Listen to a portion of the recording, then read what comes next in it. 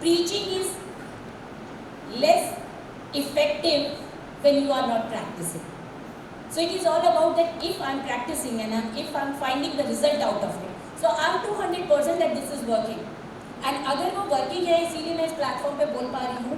और अब I am pretty sure if I am practising along with the preaching, so definitely you are going to be benefited with all these things. Next slide please.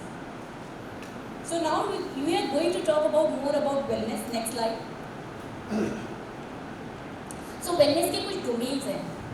In domains को हम दो भागों में बात करेंगे. एक भाग की बात करेंगे जिसमें हम साइंटिफिक रिसर्च डेटा पे बात करेंगे, क्योंकि मुझे लगा कि अगर मुझे ये टॉप दिया गया है तो डेफिनेटली अगर मैं वो सब बोरिंग चीज़ें नहीं लाऊंगी तो आपको लगेगा मैं क्या बोल रही हूँ.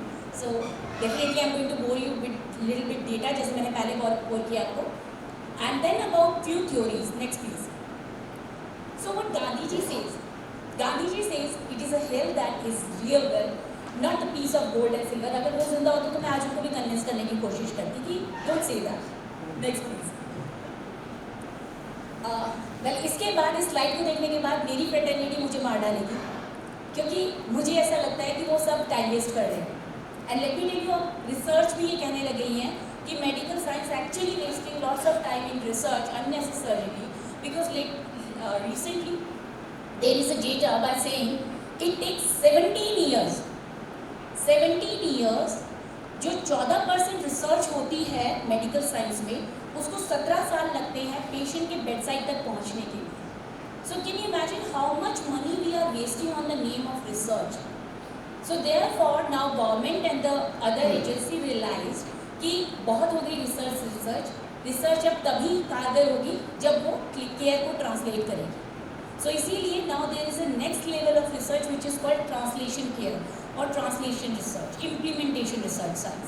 सो अभी हम जितना भी रिसर्च करते हैं वी मेक श्योर कि वो हम पेशेंट की केयर और पेशेंट में डिफरेंस करके दिखाएं, तभी उसको रिसर्च माना जाता है. There is a no more room based area based research. So everybody is too busy in reinventing the wheel, जिसको ऑलरेडी महावीर स्वामी ने इतने हज़ारों साल पहले बोल चुके थे. तो अभी मैं क्या करने वाली हूँ, नेक्स्ट स्लाइड में मैं कुछ फैक्ट्स प्रेजेंट करने वाली हूँ जो प्रैक्टिस हम ऑलरेडी करते हैं.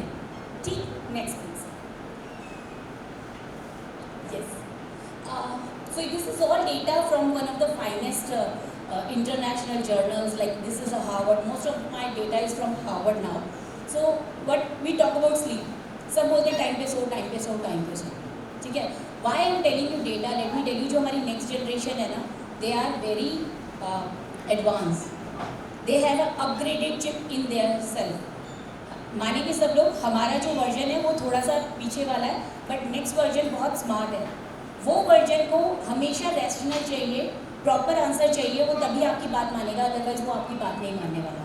With these facts I hope you can convince, because day and night me and my husband doing that with our 10 years daughter, जो हमेशा कुछ लेके आती है एंड शी से इसका फैक्ट बताओ नहीं तो मैं नहीं करूँगी. So we convince her with all our best facts, and then we discuss with her, and ultimately we make sure that on the name of the religion, spirituality and science, we make her convinced, and she is also convinced that oh, ये जब इतनी सारी चीज़ें हो चुकी है तो why this science is again and again inventing the same thing.